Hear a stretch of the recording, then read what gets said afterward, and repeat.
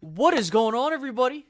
I'm back from vacation, aside from those pre-recorded mock drafts, and we started off with a bang 10 days away from the 2023 NFL Draft. We got Joe Rod from Cowboys blog. Joe Rod, what's going on, my man? Hey, what's up, man? It's good to be on. Shout out to everybody in the chat box, and thanks for having me on, bro. It's been a while. Well, Yeah, let me get right definitely. into it. Absolutely. We had the link up before this draft process came to a close, and we've had ourselves a fun offseason. It hasn't been boring in the slightest. And I think, and you've probably would agree with me, this is the first time in a while where we can go into this draft and really not complain about who we take at 26 unless it's some guy that is way out of left field. Um, so let's go ahead and start off with the offseason because I think that that's led us to this point. Let's talk about what they did bringing some guys back. You look at who they brought back. You brought back your backup QB and Cooper Rush. You brought back some basic guys, Enrico Dowdle, and I'm not trying to say CJ Goodwin's a basic guy. He's a special teams ace, but Jonathan Hankins, Dante Fowler, Leighton Vander Esch, Donovan Wilson, guys you thought that weren't going to be here, they're back. I mean, what are your thoughts on the Cowboys bringing these guys back? Yeah, I mean, there was a few that I had, earmarked as you guys I would like to keep. You said it. Donovan Wilson was one of my main ones. I think the other 32 teams whiffed on him, and we got a deal there. I really didn't see us keeping him because he he's had games where he's taken over the games, and he's been a defensive MVP. Of some of the games. He spies well. The movement. This was his most durable season. I think that was very positive, and you know, I like what they did, man. I like what they did defensively. You bring back a lot of key players, and like you said, gives us a lot of flexibility. This draft. Yeah, and I think that that's the main thing is if you're not going to go and sign anybody, you might as well bring your guys back and use that draft capital, or not even draft capital. We'll get into that part in just a second because that was some fun stuff with Steven was cooking up. But you used your cap space to bring back guys, and that's really what we're looking for is don't sit on it and act like you're not going to. And that's what I think they messed up last year was they let all these guys walk out the door and they didn't replace anybody, but you brought guys back. So now it's kind of like, okay, this is the team we had in 2022. Let's see what we can improve. Now you lose Connor McGovern, you lose guys, like Noah Brown. Not like you're missing him, but you look at this list of people that left and I'm not sure where you're at, Joe Rod, with this, but the only guy that I'm upset that left the building was Connor McGovern, but I'm not upset in a way where it's like, oh no, like we're not going to be able to replace him. It's kind of like oh, well, it sucks he's gone, but we'll get a comp pick later. I mean, was there anybody that left that you maybe were like, we should have brought this person back, or were you kind of comfortable with where we're at right now? No, I think, yeah, I didn't have any of that feeling either. Conor McGovern would have been nice. He gives you that flex, but I feel like this front office decided, we can probably find a guy, younger, same quality, maybe better in this draft. So they went ahead and moved on from him, and then they did the Will McClay special with Chuma, and see if they can rectify that career. So Yeah, and speaking of these additions, I think this is where the fun really began with this team. I mean, yeah, look, you lose Zeke, you let him go, and I think if I'm being completely honest with people, you had to rip the band-aid, and I think that it's addition by subtraction because you don't have a quota to run him. Because I think that's what really annoyed me last year was like, okay, Zeke's cool in these short yardage situations, but like, can't you just get someone else to do this? With all due respect to Zeke, and I'm not saying he's washed, but it just seems off. And I think that you getting Ronald Jones, Chuma Edoga kind of reminds me of like just a backup guy. I don't think they're going to make him yeah. anything special, considering that, hey, who knows what they do at left guard? And you bring in a new long snapper at a younger age, Trent Sieg. He's a nice, listen, long snappers are long snappers, but the real big acquisitions and what really feels like the all-in push was Brandon Cooks and Stephon Gilmore, and you just had to trade comp picks for these guys.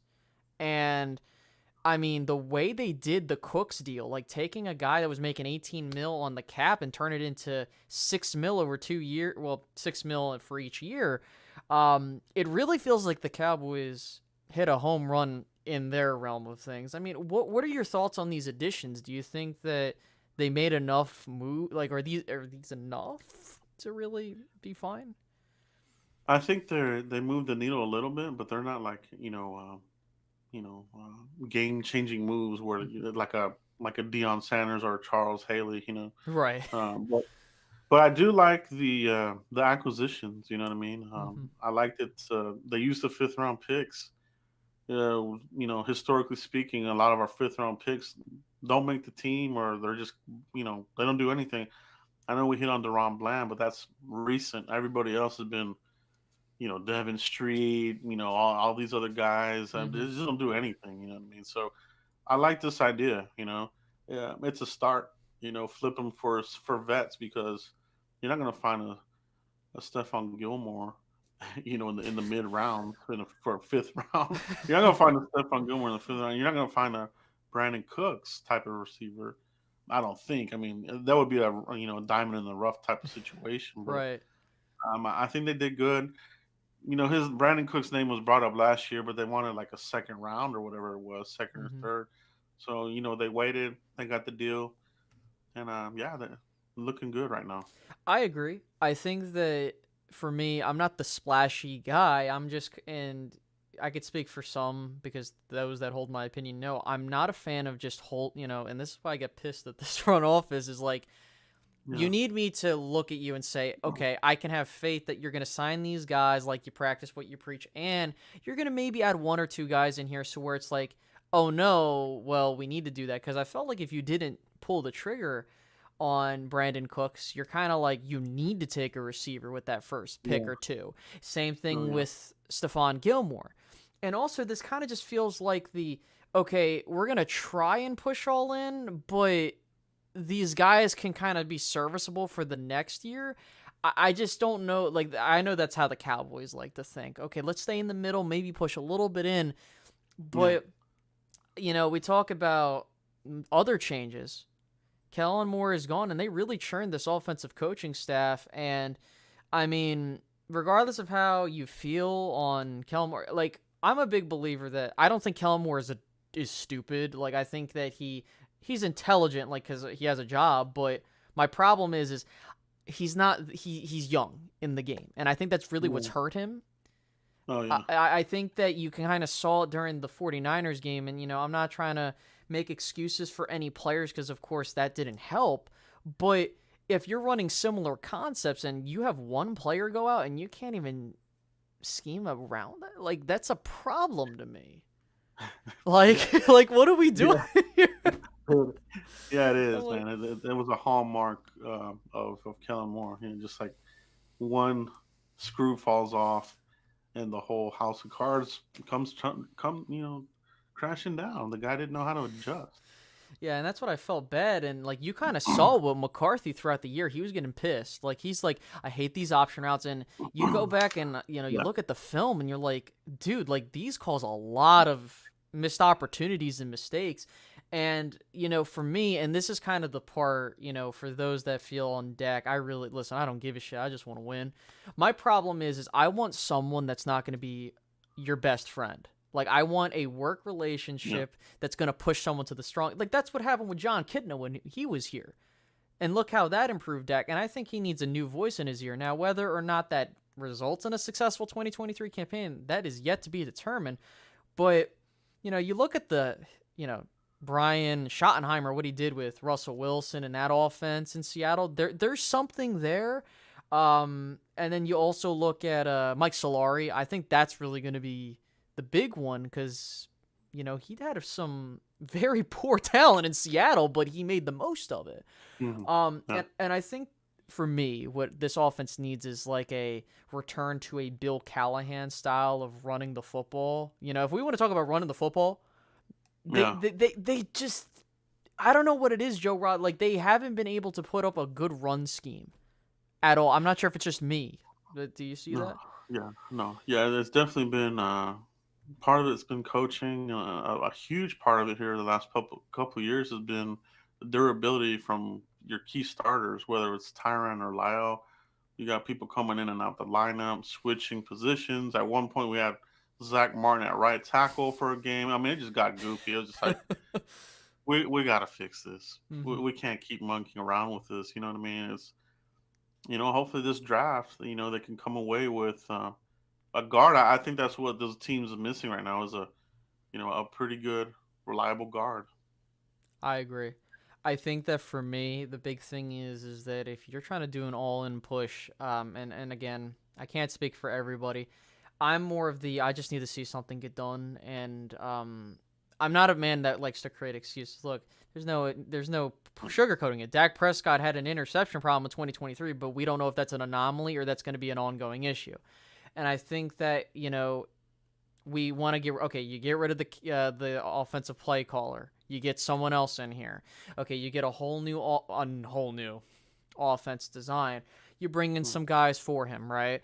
And now you kind of look at 2023 and you say to yourself, okay, well, what's going to happen next? And I think because they haven't extended him, and you're not going to get rid of him in 2023. Like, that's not the game plan, because they touch what. Yeah. And I can't speak for you, Joe Rob, but for me, I think that if knowing the Cowboys, they're going to give him an extension, and whether you like it or not, that's just how they operate. But if you want to move on from him, if we're going to have that discussion, which I'm not a fan of having that now, because I don't think it's a good discussion to have. That's more so 2024 and beyond.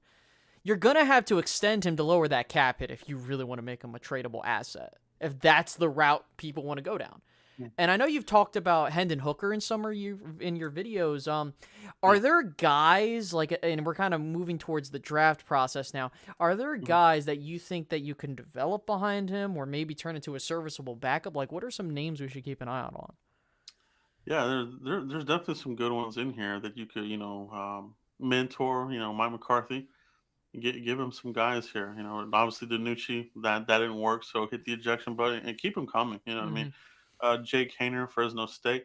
Now, the common denominator is this draft class. It's littered with a couple of older guys because of what happened with COVID and everything. Like, you got some 5th-year, 6-year guys. So Jake Hayner, Fresno State's a guy to look at.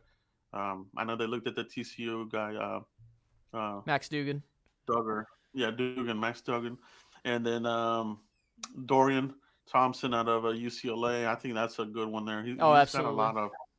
I think he would be a good West Coast guy to bring under your wing because he's got mobility. He's got the quick arm. He doesn't have a very good deep pass, but in this day and age, if you see what San Francisco did, those guys didn't have big arms and, just methodically moved down the field. You know what I mean? So you don't necessarily need the big arm quarterback. I mean, it's a nice feature, but that's kind of what you're getting in these later round kind of guys. They're going to have their pros and cons, but yeah, there's definitely going to be some guys you can get in here. Clayton Tune out of U of H, he would be one that you could go a little bit later and see if you can do something with them. Mm-hmm. Yeah, and I agree. I think that even if you decide as an organization that, yes, Dak's our guy, we're going to give him an extent, whatever the hell, if that's the decision, I still think drafting a quarterback is important, because this is what I think a lot of people don't realize, is that when Cooper Rush was in there, I think that you kind of got, and I'm not trying to dismay what he did. He did his job. But what worries me is you needed your defense to play at such an elite level just for you to win these games, because your offense was like coasting, and it was like, that was the thought. Hey, if the defense can hold it down, we'll be fine. And, I don't want that to happen if Dak gets hurt, or then we end up having another guy. I need a guy that can step in and make it so that this offense cannot have to change a whole lot, or make it so that I'm not like, oh my God, what are we doing? Like, why are we going to this particular format? Whatever the hell. And so I think DTR would be a fantastic pick for the Cowboys, especially if you're looking for a long-term development guy. And also, this is something that I spoke about in your guy Nix's space, and I've talked with some other guys there, is it's hard to know what you have in these guys in the preseason because of the quarterback play. And if I can have a better quarterback to evaluate 20 dudes, be my guest and sign me up for that with a 6th-round pick. Because for me, day 3 is just throw picks at people and hope that it works. I mean, that's just my honest opinion. Start throwing all day. That's exactly what it is. Right, exactly. And that's kind of just where I stand there is, look, Dak's 30. He's not getting any younger, and injuries begin to pile up, and I would rather have a contingency plan and not be scared about, oh, crap, our season's over. But I think that's where we evolved with the Mike McCarthy, is our season isn't over if the quarterback's down. It's just like, can we hold off a little bit until he comes back, which thank God, because now I'm not like, all right, guys, let's get draft season started like it's been years and years past. So let's move on to this draft. So an interesting name has been coming up with not Mike Mayock, but Mel Kiper, Dan Brugler, and these guys have typically been accurate towards the tail end of the draft season, especially with what's happened now. And, I'm hearing some rumblings on my end. I can't speak for you because I know you have your guys and stuff. A name that you people need to keep an eye on is Michael Mayer from Notre Dame. Your, favorite alma mater when it comes to football prospects and stuff like that. So what would justify taking Mayer at 26 if he's the pick? Like, what makes him special?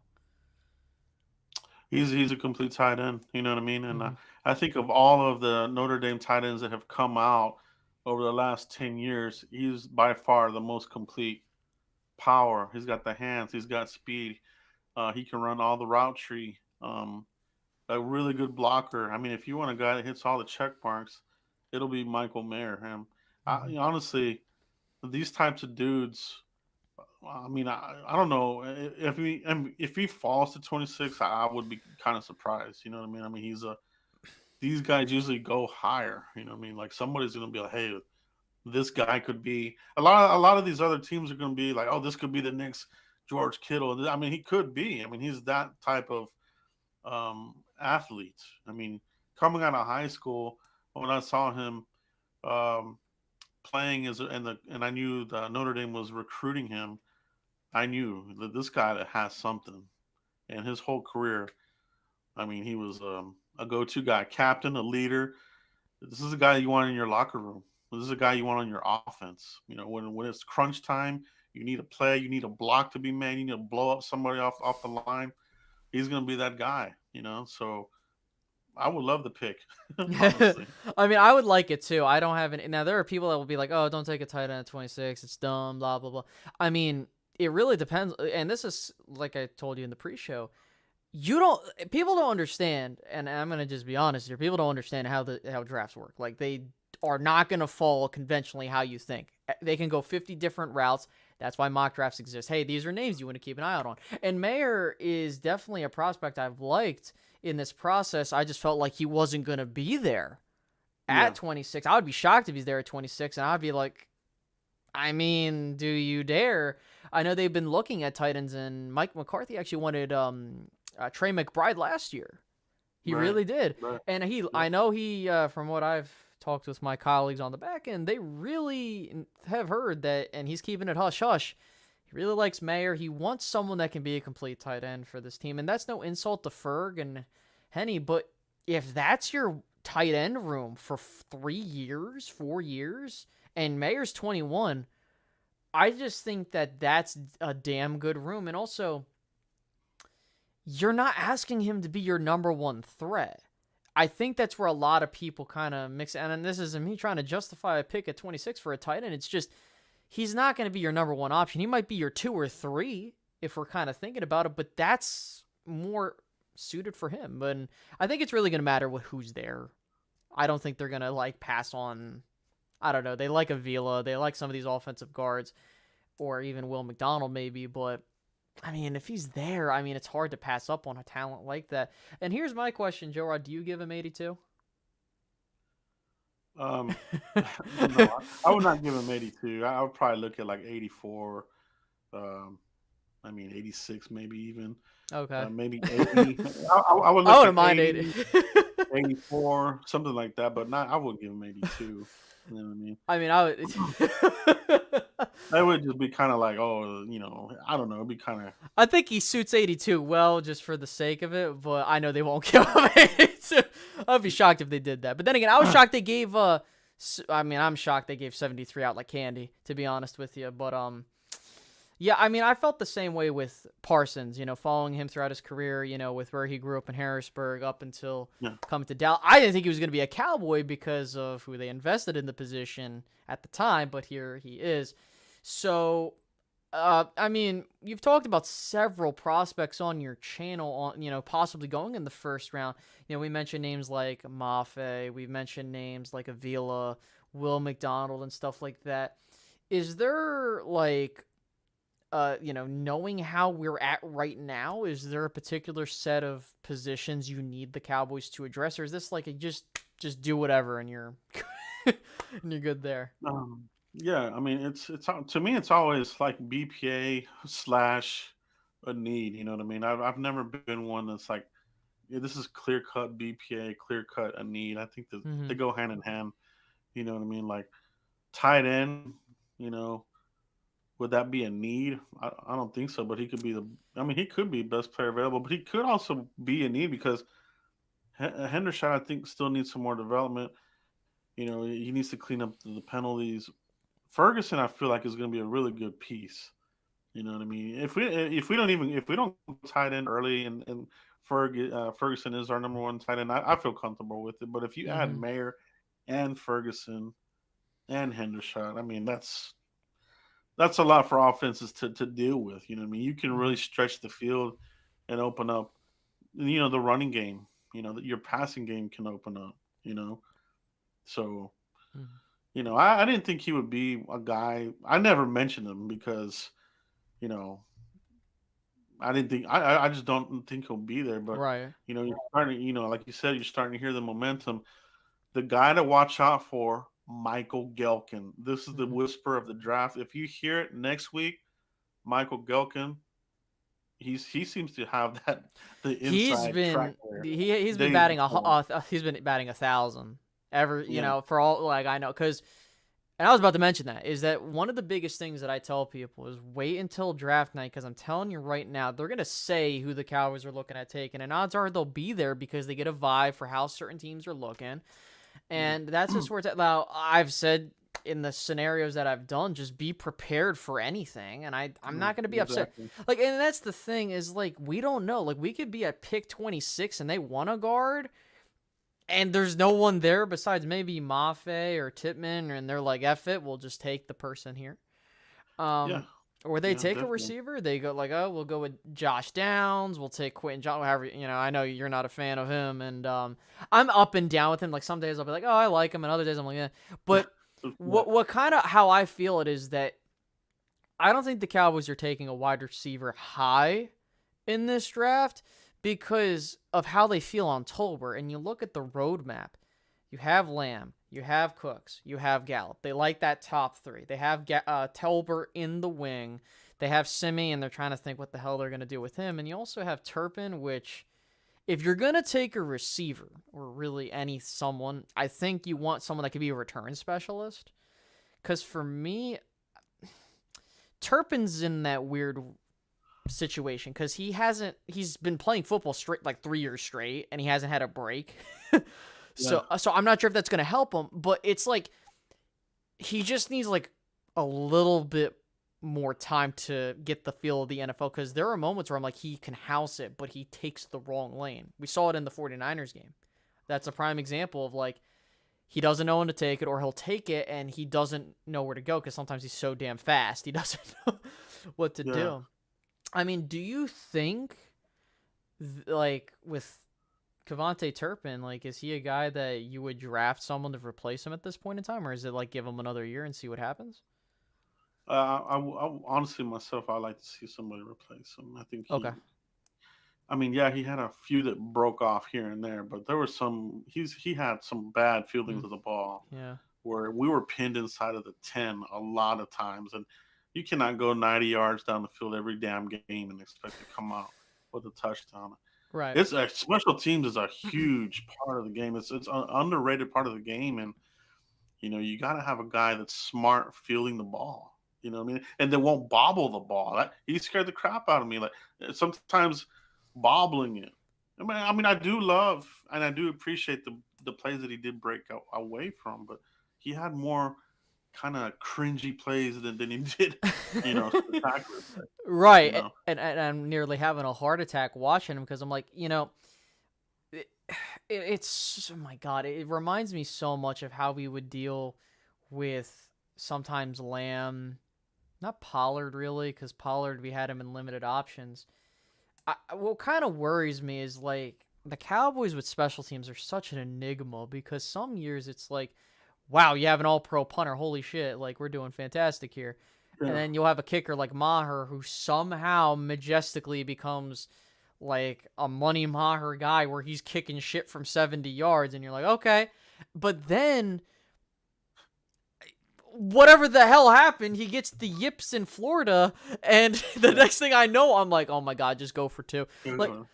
and that's a Yeah, problem. And I yeah, think that if I'm being real, like Maher is one of those dudes where I was pissed because I was kind of rooting for Garibay at the beginning because I was like, this guy maybe he's young, and I was like, oh jeez, like, so yeah, do you? yeah. Have you looked at any kickers that you think maybe Dallas could? Because Dallas only has had one kicker, Italian last name. I think I forget his name, but I can look it up right now. Yeah, they just don't.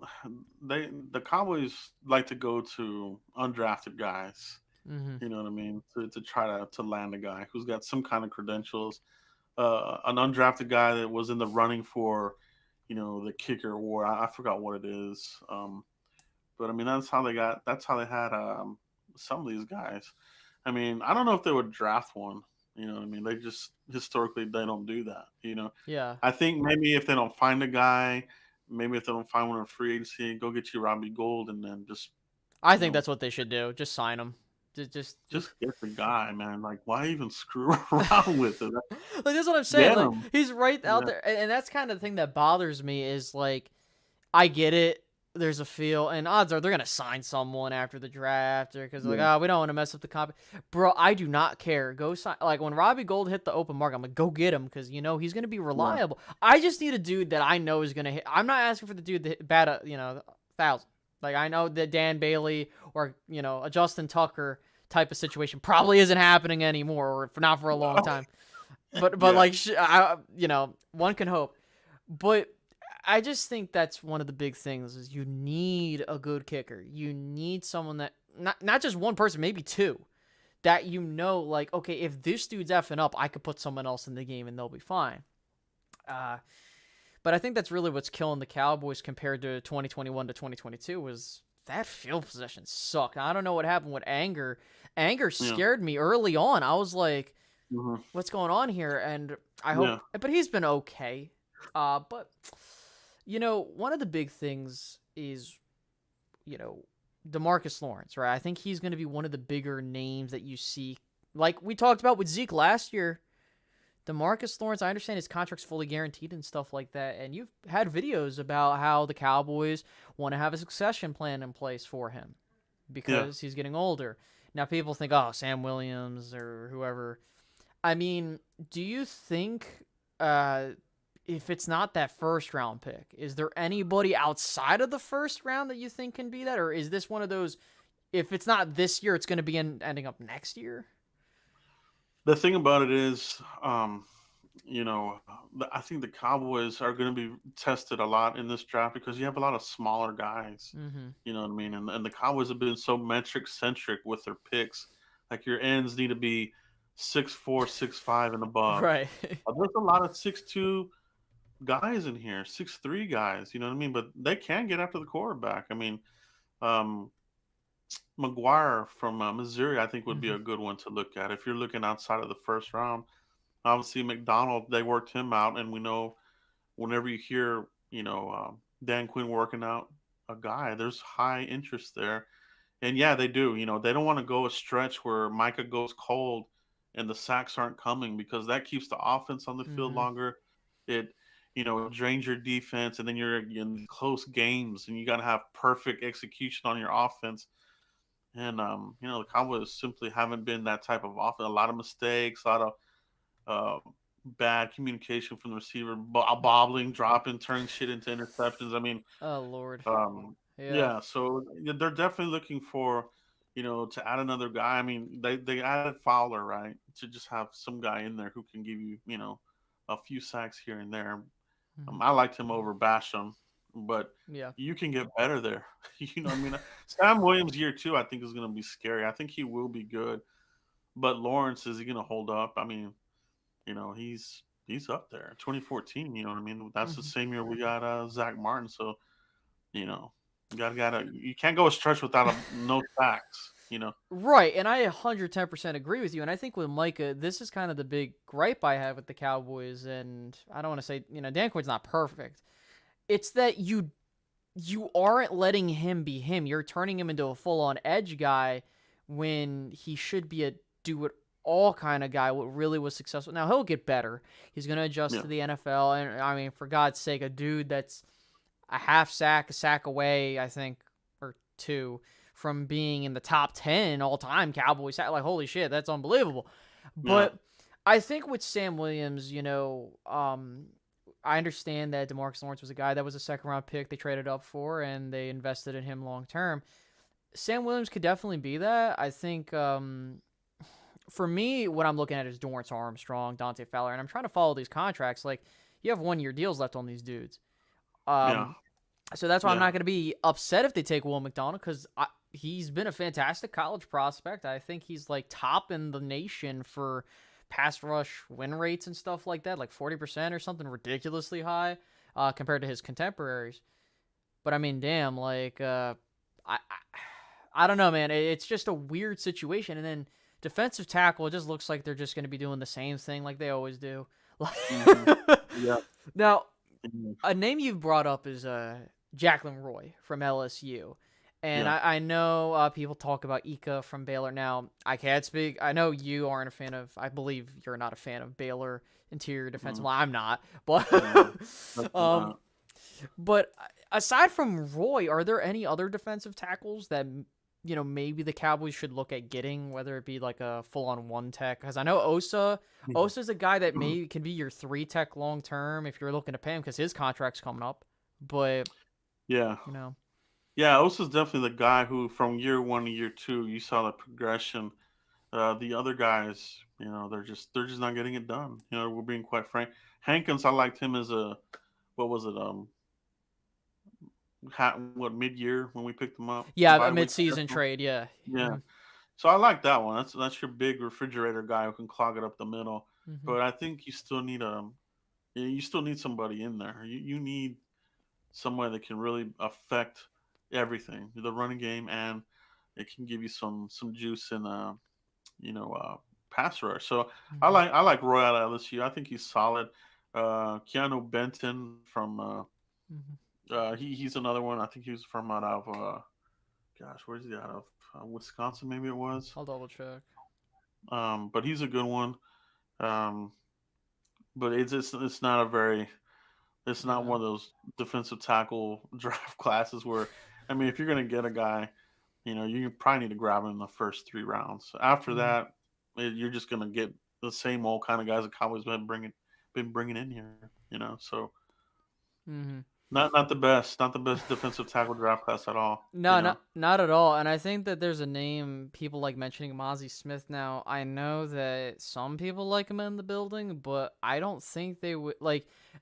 I have to wait to see it. Like, I don't think they're taking Mozzie Smith in the first round. Like, that would be like a shocker to me. I would be like, whoa, like, because they haven't taken a defensive tackle in the first round since Russell Maryland before I Yeah, was even here. Like, yeah, they ain't doing that shit.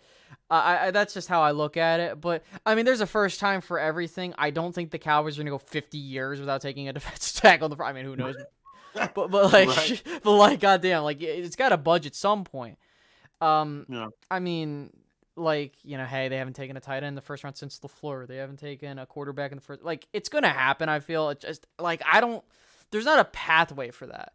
Now for Mozzie Smith, like I mean, he's just so hot and cold with me. Like there are moments where yeah, I'm watching, I'm like, you know, I like him in a Dallas uniform. And then other times I'm like, nah, like like I don't want him no, here no, because I've kind of yeah, lost faith in the Michigan football program when it comes to their defensive line. Taco, no, I'm just but I just never really been a fan of the Michigan program.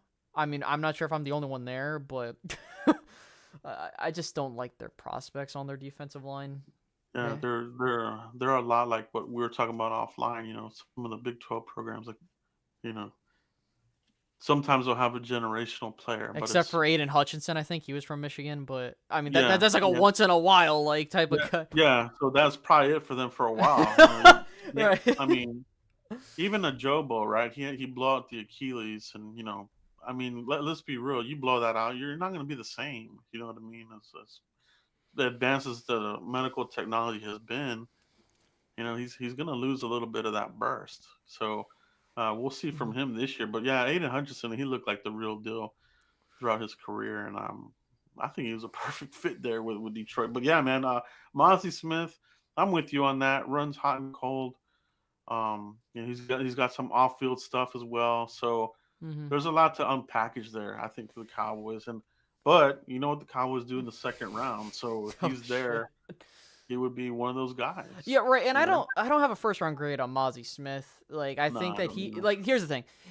When it comes to one tech, you can get these dudes in day 3. I'm not asking for Yeah, like holy shit. Like I want this dude day like if they take Mozzie Smith, that's why I'd be surprised if like okay, like what are we doing here? But also this just doesn't seem like a cowboy pick. I'm like, oh, did everyone else like just go away? Like but The- moving over to the offensive side of the ball, I know a lot of people talk about the running backs. Oh, Bijan Robinson and where he's gonna go, and Jameer Gibbs. Now, yeah, aside from those two, I know that me and you love Zach Charbonnet from yeah, UCLA. I think that he would be yeah, perfect with Tony Pollard in this whole thing.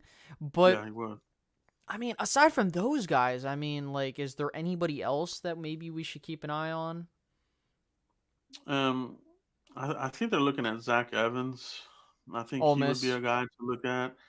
He's pretty he's a little bit of a more of a complete type of back. I think he can do it all. Somebody can get a little bit later, you know what I mean? So put him in there, see if he can, beat out Ronald Jones. Basically, if you're drafting somebody, it's probably to beat out, Ronald Jones and definitely Malik Davis. It's those two guys, their I mean, I'd job will hope they be would. Like, yeah. I mean, Yeah, I mean, I like getting Ronald Jones in here, but he hasn't had the best career. I see him more as kind of what Zeke has been, just a short yardage kind of guy. You know what I mean? So I'd rather have a good balance here of speed, but another guy who can alleviate that. You know, mm-hmm. and McCarthy had that with the Packers. He had Aaron Jones and he had a pretty good Jamal stable Williams. of running I know he backs. had like James Starks and like Eddie Lacy. Like he had a whole plethora of like running backs. So I think Yeah, that this is more of an imprint you're seeing here. And I yeah, think that here's the thing: if Tony Pollard, if they don't want to pay him, they'll maybe draft Jameer Gibbs or they'll take someone that can replicate what Tony Pollard can do. And by the way, if you're gonna draft a running back, 26, take Jameer Gibbs because that dude's gonna last you 10 years probably because of how he. Well, not 10, but like you know what I mean. Like he's gonna last you a while because of how he plays. I just think for Tony Pollard, he's a guy where he has minimal miles on him. He has one accident, of course, with the injury, that fracture.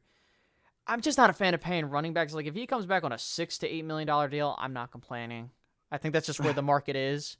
But like, yeah. I, He signed that tag real quick, I, man, because who's paying $10 million a year for running backs right now? it's So resetting. That market and is yeah, resetting. I mean, a lot of these he's dudes not want to gonna. move on from these running back contracts, and I wouldn't be shocked. Oh yeah, And I think for the Cowboys, like they're in a good position, but I'm gonna be honest, like why would I take a pay cut if you're giving me 10 million at the floor? Like, come on, man. But I think that getting a Zach Evans, I think, or drafting any running back really protects you next year if you don't want to pay Pollard. And you can draft definitely. someone like Pollard next year if that's really how you feel on him. Like, again, I'm not sure where Pollard's gonna be in 3 years, but if as long as we're not paying like $18 million, that's cool with me. But I think the other running back from Texas, he's a nice guy that you could throw a day 3 pick at if you're looking for something cheap. Yeah, The other Rojo from Texas. yeah, I know I have a buddy of mine that's a Bucks fan. He's like, yeah, Ronald Jones is a guy that I want to make him my primary back, but he would be a serviceable second hand dude. And again, if that's what you're asking for, I mean, you got that. I mean, yeah. and then Malik Davis is in the mix too, but you could do better. I think you can do better with running Oh back yeah. too. And then this offensive line, man, like sounds like they're trying to play musical chairs again, and it's irking the hell out of me. Terrence Steele at guard, which I think is a smokescreen. I don't think they're gonna do that. Oh, But definitely, definitely. here's another question: Is Tyler Biotish? I think that this is a under the radar type of thing that people aren't recognizing. He's going to a contract year. Yeah. And I think the market value for him is going to probably be around $9-11 million. I mean, is he a player that you look to possibly extend, or is this like a you just go draft someone else? Like, do you go take a Juice Scruggs and he ends up developing into your center of the future, or Joe Tipman, or whoever your flavor of ice cream is when it comes to someone like Yeah. that? Yeah, definitely. And those are two good, really good names to keep an eye on.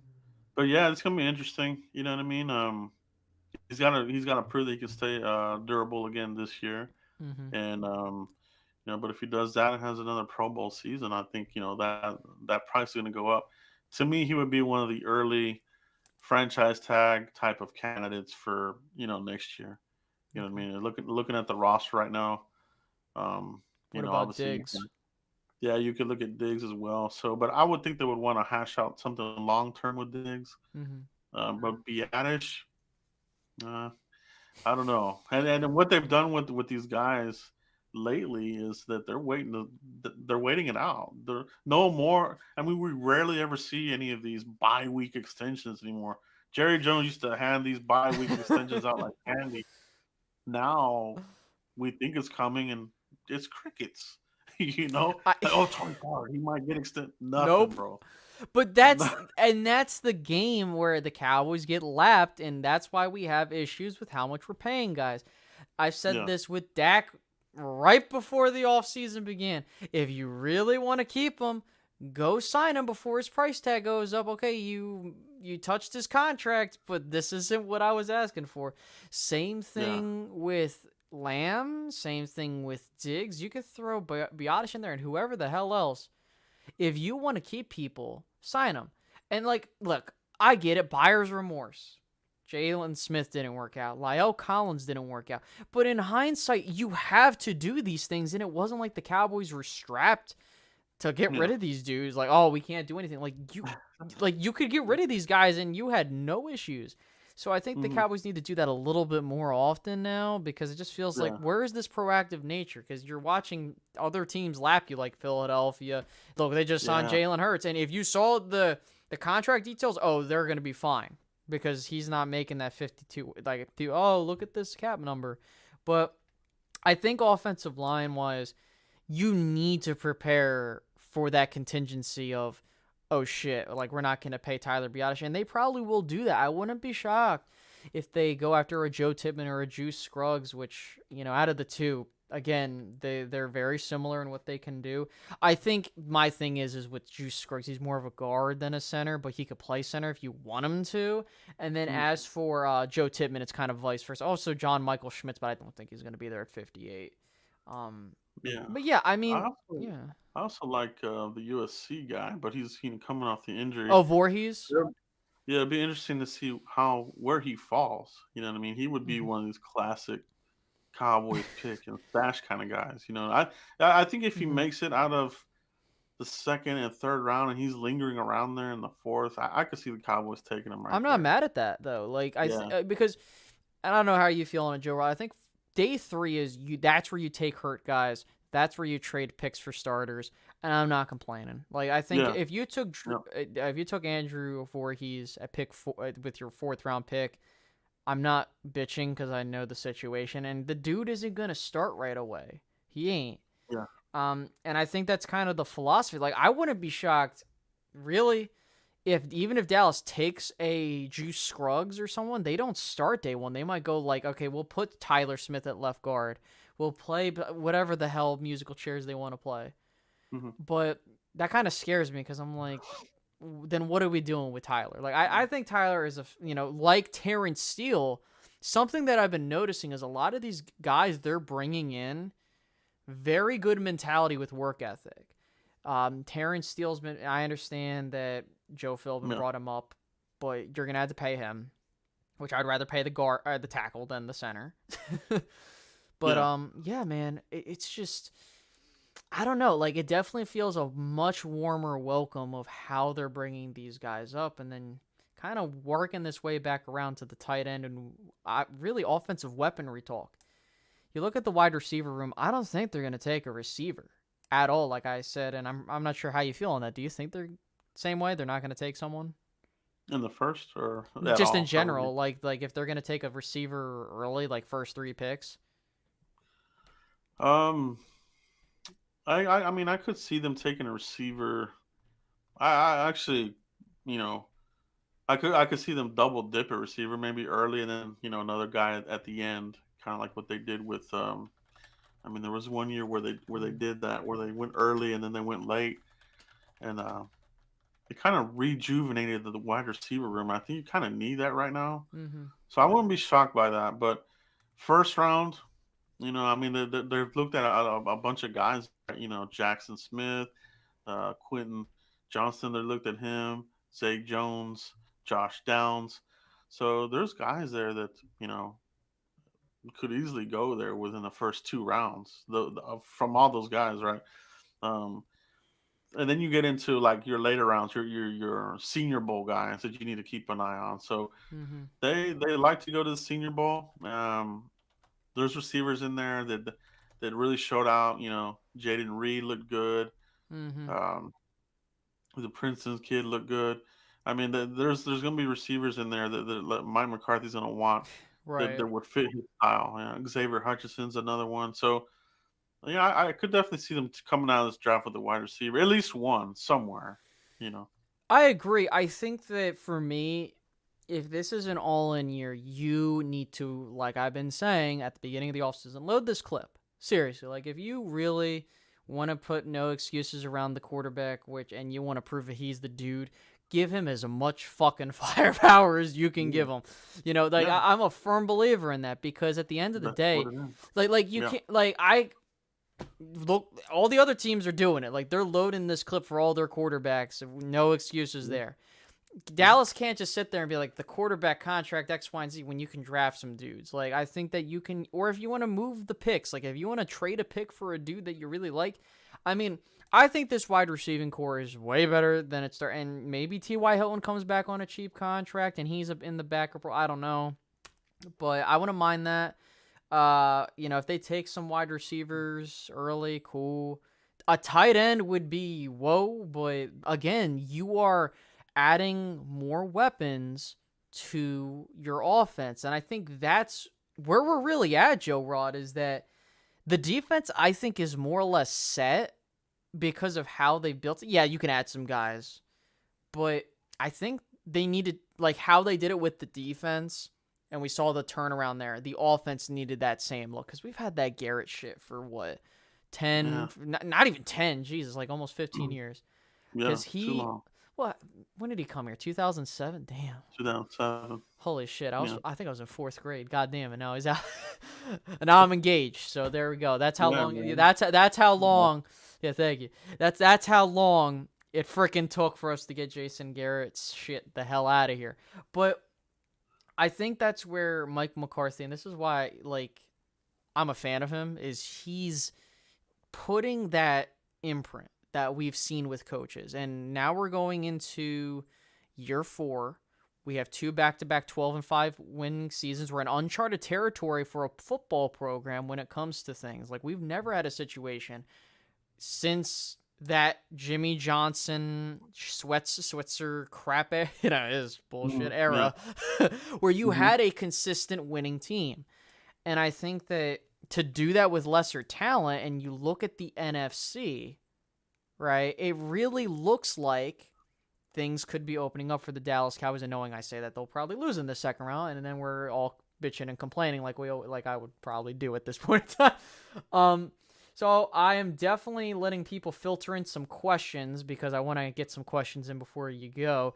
But to kind of go through this 30-name visit list, we did have Clayton Tune from Houston, Kendre Miller, and Zach Evans for your running backs. They met with a ton of wide receivers: Josh Downs, Zay Flowers, Jalen Hyatt, Quentin Johnston.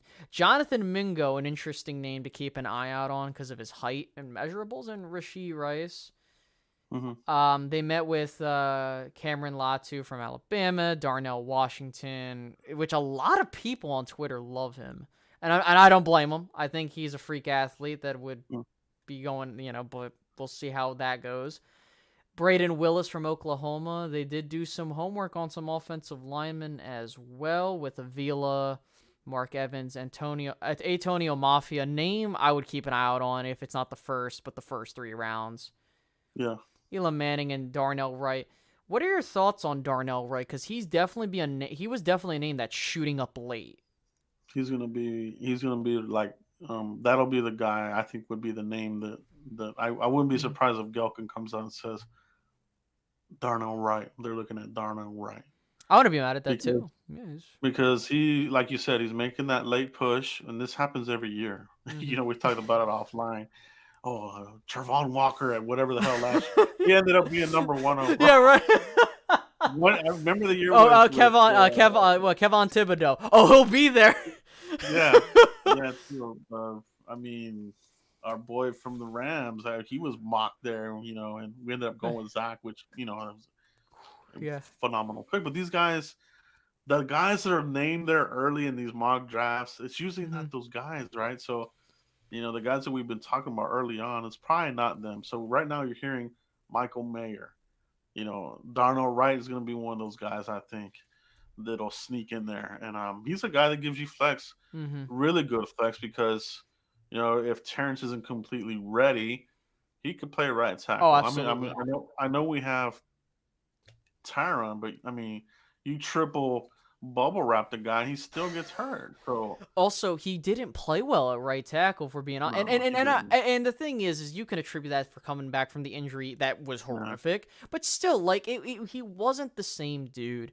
And I think that that's something too. Is I'm not going to be mad at that. And also, and as I finish up the list here, you said it on your channel yourself. Just because these dudes come to Dallas and they visit them doesn't mean they like them. They're just probably doing homework to just make sure. Okay, this guy will probably be here at this pick. Would we pick him? Okay, no. Cross him off. That's what it is. A lot of it is they're looking at both sides of the coin, right? Confirming, do we indeed not like this guy? Or did we miss something? Or do we really like this guy? So it's definitely both sides of the coin. So I'm pumped, bro. Dude, I'm excited. I'm excited. I know that literally 90. I don't want to say 90. I would say 75% of the Cowboys fan base is going to be pissed off whoever we pick, and I don't really care. Let's finish this up. Tyler Lacey, Oklahoma State, a name that I was told to keep an eye on, and Jacqueline Roy, of course, like we talked about. Edge rushers, Junior Fajoko. I don't know if he has relation to Simi. I don't think so. I don't fucking know. No.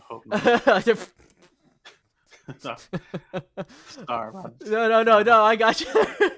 Darrell Johnson, Will McDonald, B.J. Thompson, DeMarvin Overshown. I believe Dan Quinn met with him. Am I wrong there? I think he met with him at Texas. Yeah, they always show up there at Texas. They're always looking at those guys. They looked at Joseph Asai.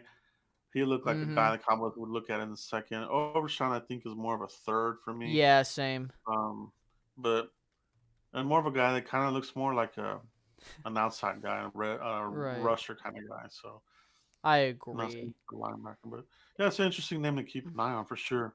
Drew Sanders. People thought I had a man crush on him because of how much I loved him throughout the draft. Dude's a freak. I think he's like a Micah Parsons type of do-it-all player. I'm not saying he's on the same level as Micah, but this dude can definitely do it all if that's what you're looking for. Trenton Simpson. He'll be there. I think he'll be there at 26. You know what I mean? I want to be mad at that pick too, but people are like, oh, what the hell? But like Trenton Simpson, that's another name that was early. Like these linebackers were high and then they fell off a cliff for whatever reason. Well, primarily because other people fall in love with offensive players. Emmanuel Forbes, that's a name I've liked throughout the process. I think that they might look at him early on. Marte Mapu from Sacramento State. Tanner McAllister, Tyreek Stevenson, a name that you brought up on your channel as to keep an eye out on, and that really rounds out the list there. But I really like what the Cowboys are doing here is they're definitely doing their homework on every single position group, and you can't really tell this year, and that's something that I love, is that they've compared to the Garrett administration, where you can kind of get a sense of where they were going, this year, really every draft, it's been like, we don't know. We really Yeah. don't know. No, it's absolutely true, and that's what fans really need to be prepared for. Is like you said, is that these guys they might come out and call a name, and you're like, I mean, because like the mainstream media has programmed so many fans, as, Oh, oh, yeah. this guy's a third or fourth rounder. Cowboys dropped him at the end of the first, and be like, oh, we overdrafted this guy. Yeah, it'll be a Travis Frederick situation all over again. So they need to be prepared for a name there this that hasn't been mocked, these last couple of 8 weeks, so Yeah, it's going to be like, like some out of the random, they'll be like, what the hell? This dude's a third round pick. Nah, it's definitely something that I've had to work on too. Cause I'm like, what the fuck? Like, why are we taking Tyler Smith here? Like, and that's what I'm saying. Like, I'm not like, I hate these players. It's just like, and that's really just how you play the draft game is like, okay, then I came to find out that Tennessee wanted him and they were going to trade down to try and get him, and Tennessee tried to get him, and okay, I'm fine with it. yeah, So we'll go through a couple questions and then we'll close out with kind of final thoughts of where we feel this team's at going into the draft. So let's do it. let's see what we got going on here. So DJ, by the way, if you guys can make sure to like the live stream, that would greatly appreciate. Also, please go sub up to Joe Rod's channel over at Cowboys Blog, doing fantastic work over there covering the draft and keeping an eye on prospects. Definitely helping me out as well.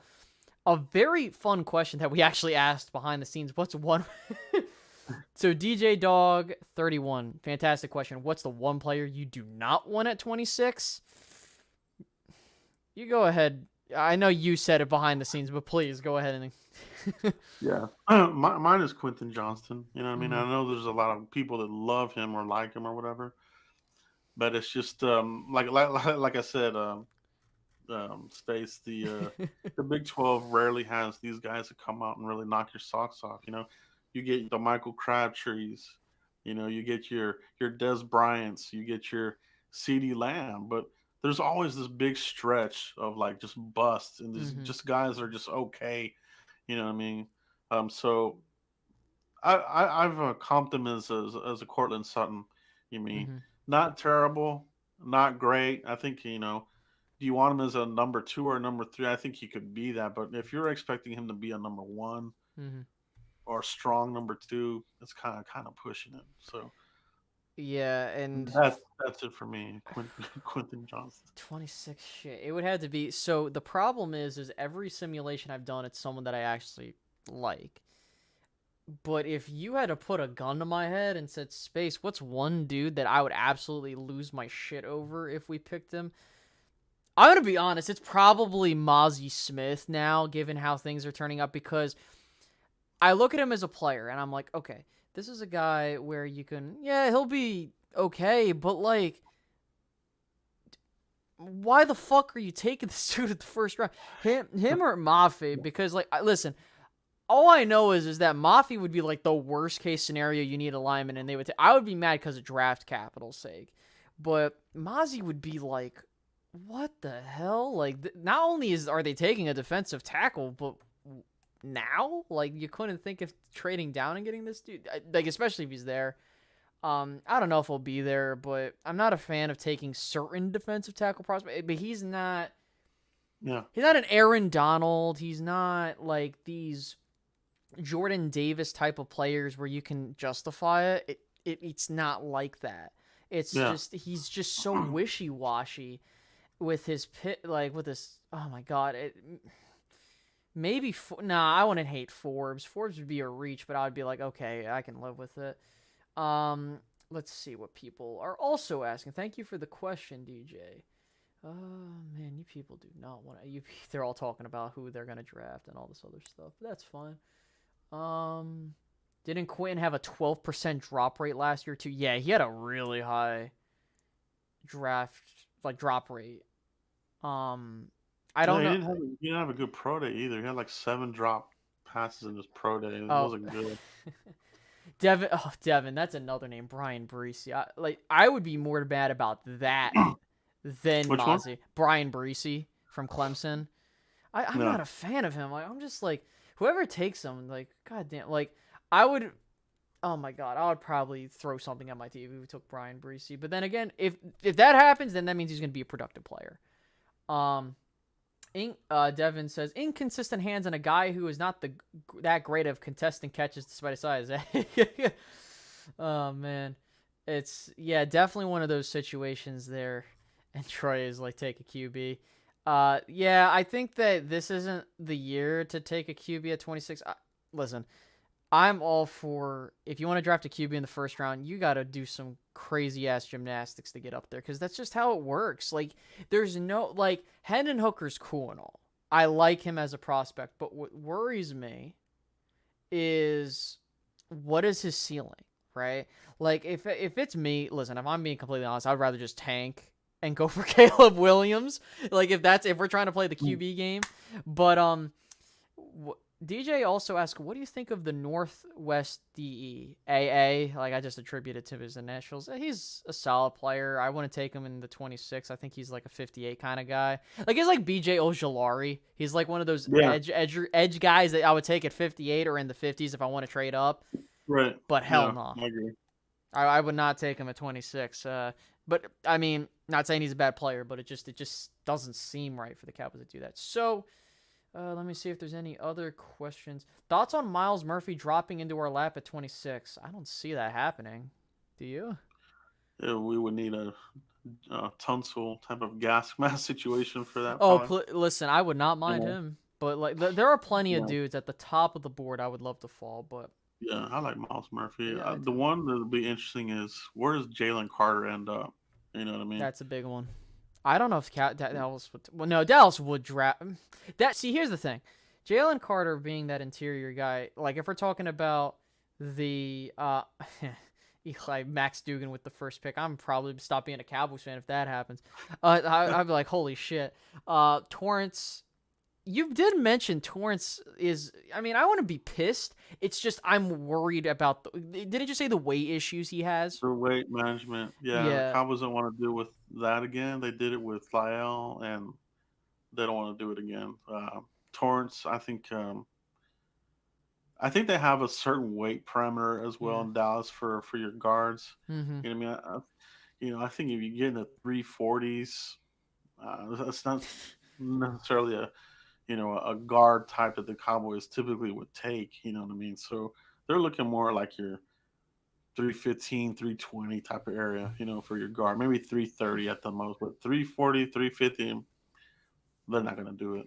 Yeah, I agree. I think that like, look, I liked Torrance at the start of the draft process because of the talent he is, but then I kind of looked at some of the things and I'm like, I don't want to deal with Lyle again. And I'm not saying he has the work ethic like Lyle or he's like that mentally, but that is a big problem. And I think a lot of people, like it's just a weight issue. It's not like, no, like that's going to be an issue. I mean, you remember Felix Jones? He was a weight issue problem. Oh my God. What are you doing? But now we have the should have been Felix or what we would have seen in Felix and Tony Pollard. Tony Pollard is what I've always attributed. To see, like that's would have been Felix, but as I was talking about with what player was I talking about? Because someone dropped it. We're talking about the edges, and then we were talking about how Jalen Carter could he fall and turn into a Lyle? So now Jalen Carter, he's a thing where he is a talent where yes, I would definitely take him with the first round pick. He's definitely an interior defensive lineman I would love to have as a player. I don't think he gets out the top 10. I have another one for you. Go for it. Will Levis, bro. What if he falls? He's there. We draft him. I would be kind of like, oh, I don't know, man. If you're going to draft honestly, at that fucking point, just take Hendon Hooker at first. Like, here's that's the problem. What I'm saying. Here's the problem. If Hooker and him are both there, just take Hooker. Like, bro, if you're going to be like, here's my problem with Will Levis. Will Levis just, the way he's been acting, he just reminds me so much of Ryan Leaf and his attitude. Listen, I hope everybody turns out great. I think Will Levis has tools to be good, but if there's one team to like, if we did not have Dak Prescott, Will Levis would be a freaking prospect that the Cowboys would fall in love with, and I would hate it because some people love him, some people hate him. For me, Will Levis is I don't like him, man. Like for me, Yeah. after me personally, yeah, no particular order by the way. C.J. Stroud, Young, Henderson. After that, second round grades. Will Levis I have a second round grade on. Hendon Hooker actually I've graded higher than him, but that's not really saying much if we're talking about like franchise guy. Yeah. But oh my god, dude, Will Levis would make me like lose my goddamn mind. If I was that, I'd be like, fuck this shit. I'm getting out of here. You guys want to take Will Levis? I'm bye. Like I'm going out of here. Would you take him at 58? Yes, because I have a second round grade on him. I would definitely. I would. So here's the thing, right? Is that Will Levis is a dude that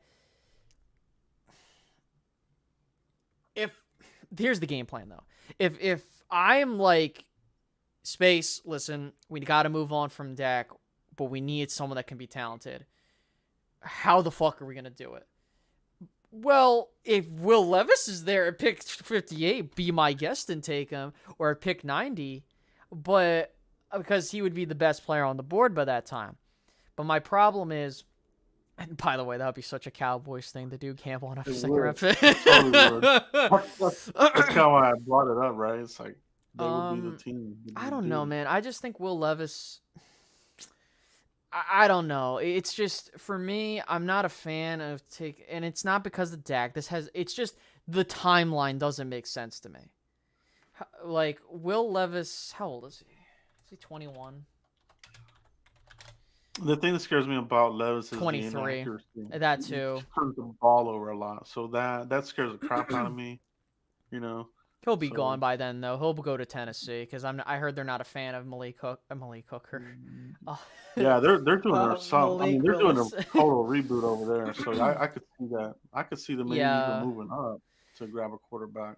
Now, yeah, Will Levis. I don't think Will Levis even fits what Mike McCarthy wants to do. Yeah. Now Tanner McKee, that's a name that I think he would fit with what Mike McCarthy's trying to do, and I have a second round grade on him. But getting out of the quarterback talk, I think that if you're trying to really get a replacement for Mr. Prescott, these guys are kind of like you just swing and you hope you hit. But the problem is that you just need a first round pick. Like these guys, like that's the problem. Is like you're not going to get a guy that's on the higher levels, like the Mahomeses, the Josh Allens, the Burrows, the whoever the fuck you want to put up there. Mm-hmm. And it's not because it has to go in the first round. It's just those are where those guys go. And I think that if I'm Dallas, this is not the time. I would say if here's the thing, and I said this when Romo was like 34, 35, when Manziel was a thing.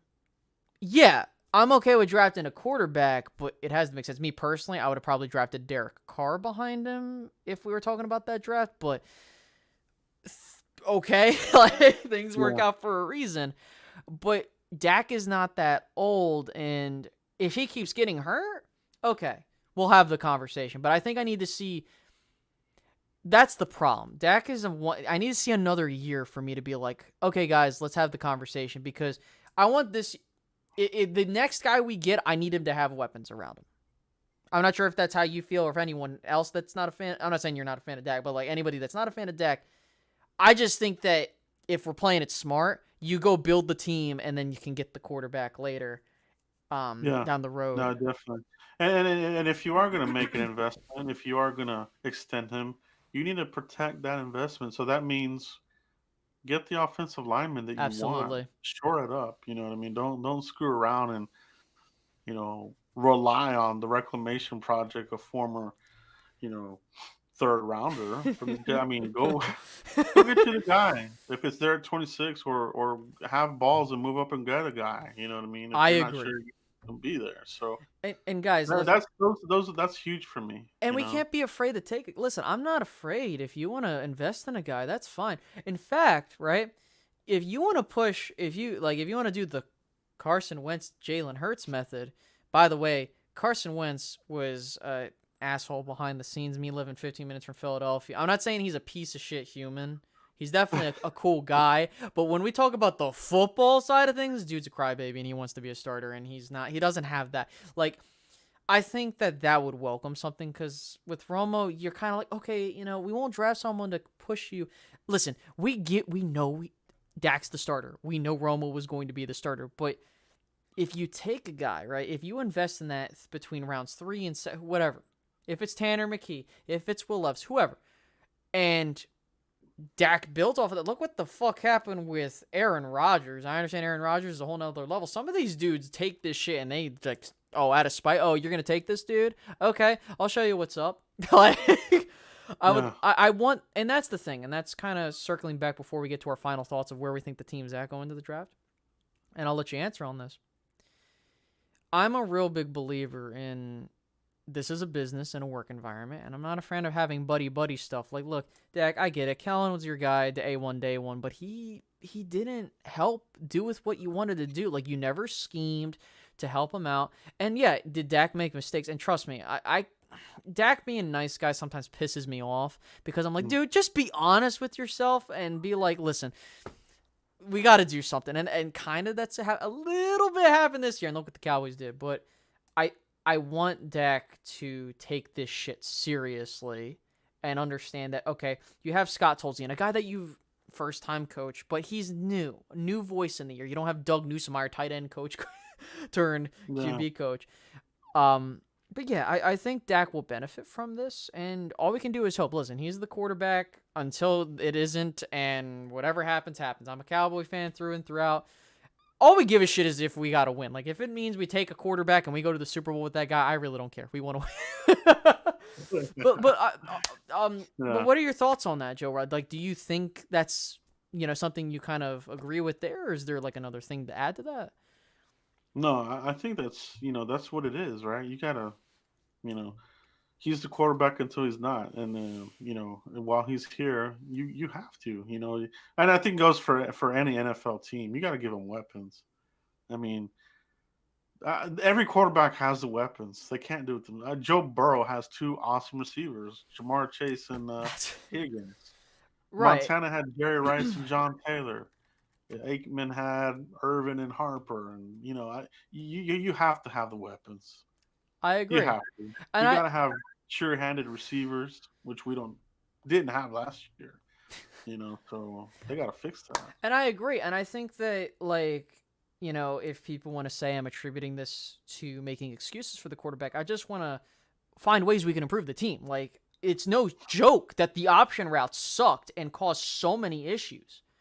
And then you look at how the teams that made it to the Final Four, like, you had a rookie quarterback that had Brandon Ayuk, Deebo Samuel, George Kittle, fucking CJ McCaffrey, C-Mac. Like, bro, like, of course, like, if you put, and this is my thing, right? If I can say, okay, I see what this quarterback can do with this, like, here's a prime example. Matthew Stafford, I get it. He had Calvin Johnson, but bro, like, Detroit wasn't going to do anything for him. He goes to the Rams. You put him around a team that can win. They won a fucking Super Bowl. That's a prime example of, yes, you need a team around this player. And I think that at the end of the day, I think that for Dak Prescott, is he a elite, like, he's going to carry your team there? No, I don't think that. I definitely don't think that. I don't think he's on the level of Mahomes. Well, I can't throw Mahomes because he's an alien. We all know that. Like, is he like a Josh Allen? Maybe. Well, Josh Allen's weird now because, I don't know, Josh Allen, like, his little lusters. Same with Herbert.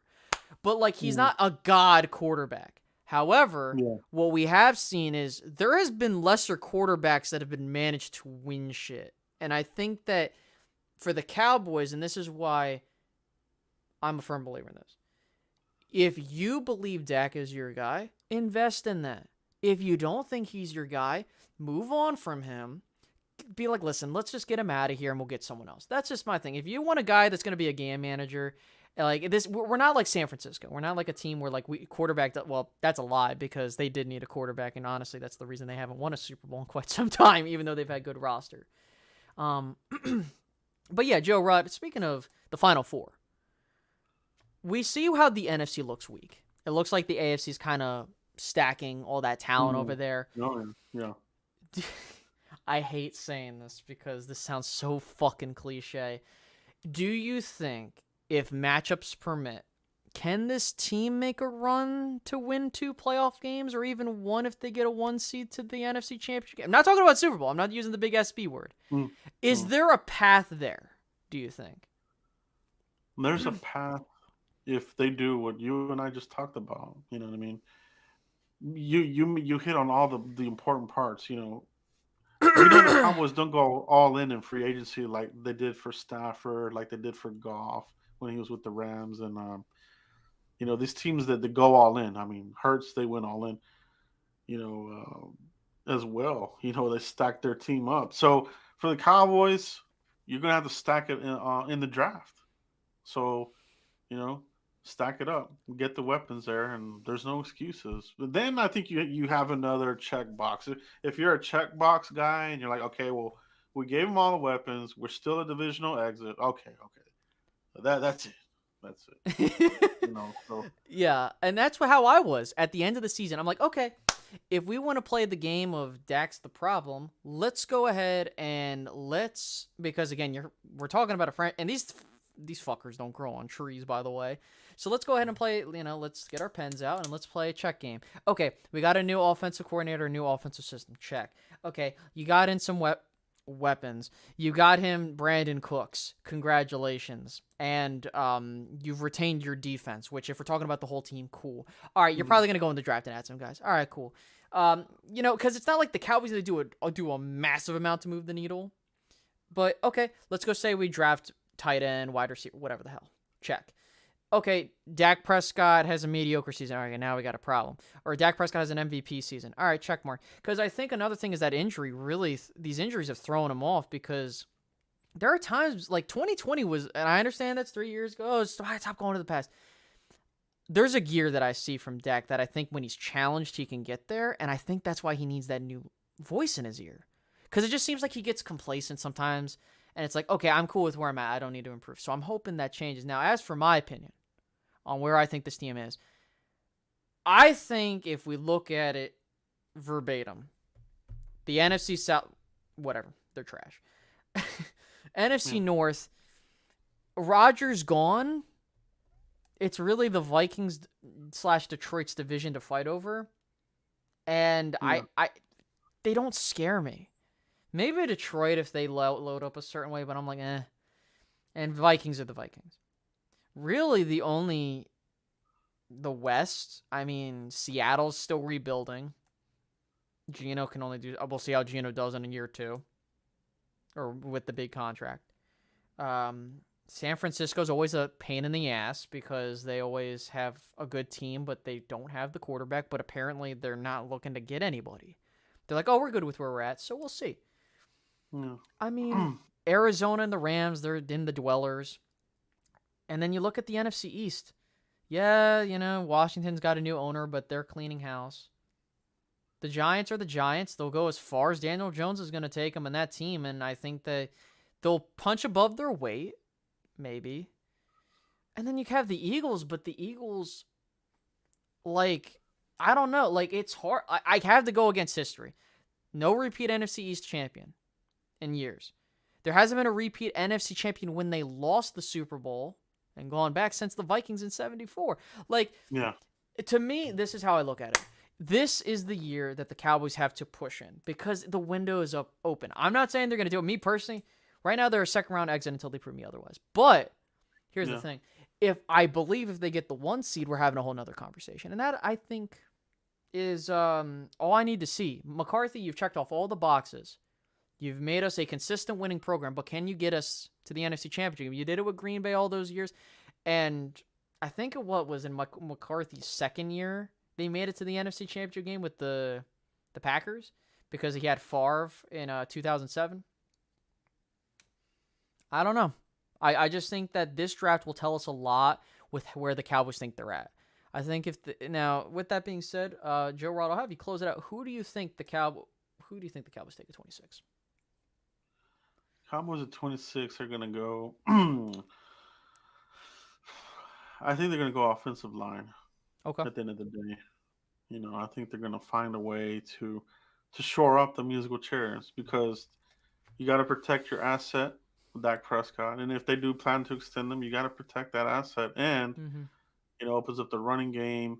It gives stability for Dak because I've said this for a while now. Dak does not like left side instability. Oh no, he does not. He does. He gets the jumpy feet and forget it. You're gonna have a long day. So let Smith maul people. Get the guard fixed. Right side, I think you'll be fine with with Terrence and Tyron there in the mix, and of course you got the go to goats there at right guard. So I think offensive line I think is going to be the pick at 27. Who would that be? I mean, we've talked about it here tonight. There's a whole slew of names you need to Right. be prepared for. I Yeah, agree. I I'm gonna say this. I think that with how the Cowboys have been talking about the offensive line, it seems like they know their guys in house. And maybe I'm wrong. And I kind of hope I am because I would like to see an offensive lineman. I'm gonna say they go with a tight end. Shocker. I think that the way that people have been talking, Mel Kiper, I'm gonna keep an eye on what Gelkin's saying, Brugler. yeah, Listen, I don't give a shit what these guys say about these prospects, but for some weird reason, and I have to go against they nail the Cowboys and how they look at how this draft's gonna fall. And again, yeah, I'm not a fan of these dudes, but for me, I'm gonna say they'll go with. Now, I'm not saying I want them to go tight end. I really don't care, honestly, but the Cowboys have done a lot of homework on tight ends and offensive linemen, and I would not be shocked, like you said, if it's an offensive lineman, if it's your guy from Notre Dame, which, by the way, I mean, if it's an offensive, I have a knack for being favorites for offensive players, which if it's Kincaid Mayer, I'm probably buying a jersey because I've done that with Lamb. I've done that with Zeke and a handful of others. oh yeah. And Parsons, like, because Oh, fan that's favorite. what I got. I still got Zeke Yeah, right here. So I got Zeke's day uh, one jersey, so I that's mean, I still love the guy, man. We just wasted his talent. It's sad, uh So I'm pissed because it's like, he's done all this and I understand it was time to say goodbye, but yeah, it was funny because when I took my girl to Dallas, I was like, okay, hey, do you want a jersey? He's like, oh, I want Zeke's jersey. I'm like, why? Oh, because I saw him on Hard Knocks and he was funny. I was like, okay, like, yeah. but I love him and I wish him the best. But yeah, that concludes this little show we had here today. Joe Rod, thank you so much for the little overtime here as we are at the about hour and a half mark, and this was definitely fun, and I can't wait to see your post-draft coverage or if you have any more videos coming up before the draft, because either we're going to see, now I don't know for you, but I know we're going to see a lot of pissed off Cowboys fans, regardless It's of who gonna the be pick is. fun. It's gonna be fun to watch. I've already prepared myself for the name that hasn't been talked about too much, but Mm-hmm. yeah, Hey, that's pretty much Joe Rod. Tell me where the people can find you at. yeah, man. First, thanks for having me on, bro. Appreciate it. Shout out to everybody in the chat box. We appreciate the questions. We can't do this without you. Like this video, man. Support my boy here in Space Cowboy, longtime friend on and off the channel. Yes. So, guys, you can hit me up on YouTube. It's right here on the bottom here, Cowboys blog, and Twitter as well at Cowboys blog net. Awesome. Alrighty, Joe Rod, I'm going to go ahead and close this out here. Guys, thank you so much for tuning in. If you haven't done so, please make sure to like, subscribe, hit that notification bell if you want to do the channel membership. There is the link to do so to support the channel. And that being said, we will see you guys in the meantime. Have a good one.